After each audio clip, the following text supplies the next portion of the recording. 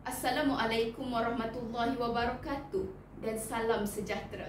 Saya Aunina Biha binti Ahmad Zaki dari Sekolah Menengah Kebangsaan Seksyen 10 Kota Damansara. Kod sekolah saya ialah BEA 8638. Buku pilihan hati pada hari ini bertajuk CSI Kewangan karya Zaidi Ismail. Buku ini mengandungi 13 bab dan 159 muka surat. Hadirin sekalian, sebelum saya mula bicara buku, saya ingin berkongsi kepada anda tentang statistik kebangkrapan.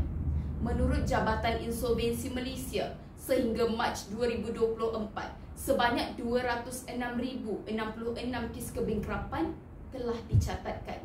Maka, pembacaan buku CSI Kewangan ini amat wajar sekali kerana ia mengandungi pelbagai cara untuk menguruskan kewangan bagi setiap peringkat umur.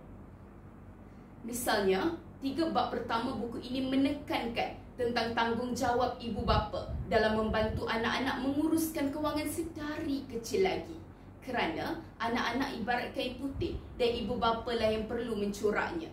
Maka antara cara yang paling mudah untuk mengajar anak-anak menguruskan kewangan adalah dengan memberikan mereka tugasan. Apabila sesuatu tugasan itu telah dilaksanakan, kita berikan kepada mereka upah. Pasti mereka akan gembira dan mereka akan menganggap itu sebagai gaji yang mereka boleh dapat apabila sesuatu telah dilaksanakan dengan jayanya. Maka mereka akan lebih bersemangat untuk menguruskan kewangan sedari kecil. Namun dalam masa yang sama, semakin mereka meningkat remaja, mereka pasti mempunyai keinginan sendiri untuk membeli barang-barang yang mereka inginkan. Maka ibu bapa ajarlah mereka untuk berniaga. Hasil daripada perniagaan ataupun hasil keuntungan, ajarkan pula kepada mereka untuk menguruskannya dengan betul dan bijak supaya tidak bersikap boros. Dalam masa yang sama, adakah kita boleh menggunakan kaedah ataupun cara pengurusan kewangan yang sama apabila sudah berkeluarga? Tidak jawapannya. Kerana itu, bab 4 menerangkan tentang cara pengurusan kewangan bagi sesebuah keluarga. Misalnya, melaksanakan mesyuarat secara berkala. Kemudian, ketua keluarga perlulah bertegas tentang pembelian boros. Seterusnya, bab 5 dan 6 mempunyai perkaitan. Yang di mana, melalui bab 5, telah pun diketengahkan tentang isu seseorang yang bekerja daripada rumah. Bagaimanakah dia ingin menguruskan kewangannya? Maka, cara yang paling mudah dan berkesan adalah dengan mengambil gaji yang sederhana sahaja. Sebabnya ada diterangkan dalam bab 6, iaitu wang selebihnya dapat disimpan dan digunakan ketika kecemasan ataupun ditimpa kecelakaan.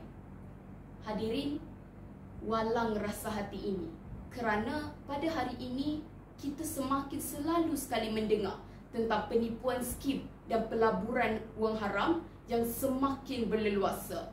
Maka bab 7 dan 8 telah pun menekankan, berkongsi tentang cara melindungi diri, keluarga dan orang sekeliling kita daripada terpedaya dan terpengaruh dengan skim dan pelaburan wang haram.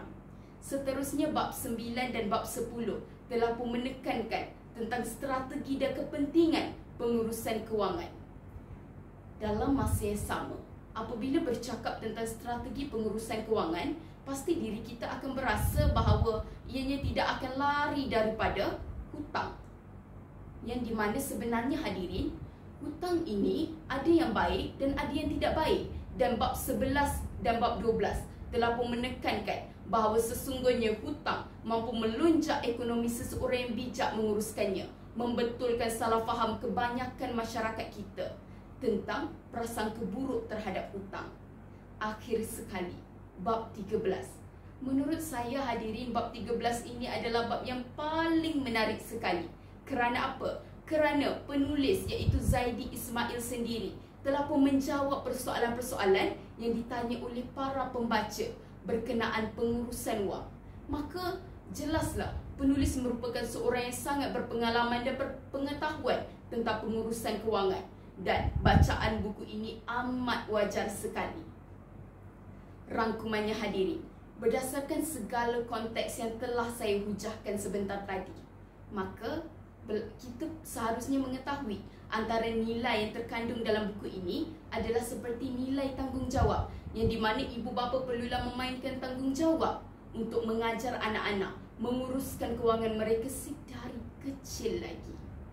Akhir kata, sebelum saya mengakhiri bicara buku pada hari ini, saya ingin melafazkan serangkap pantun.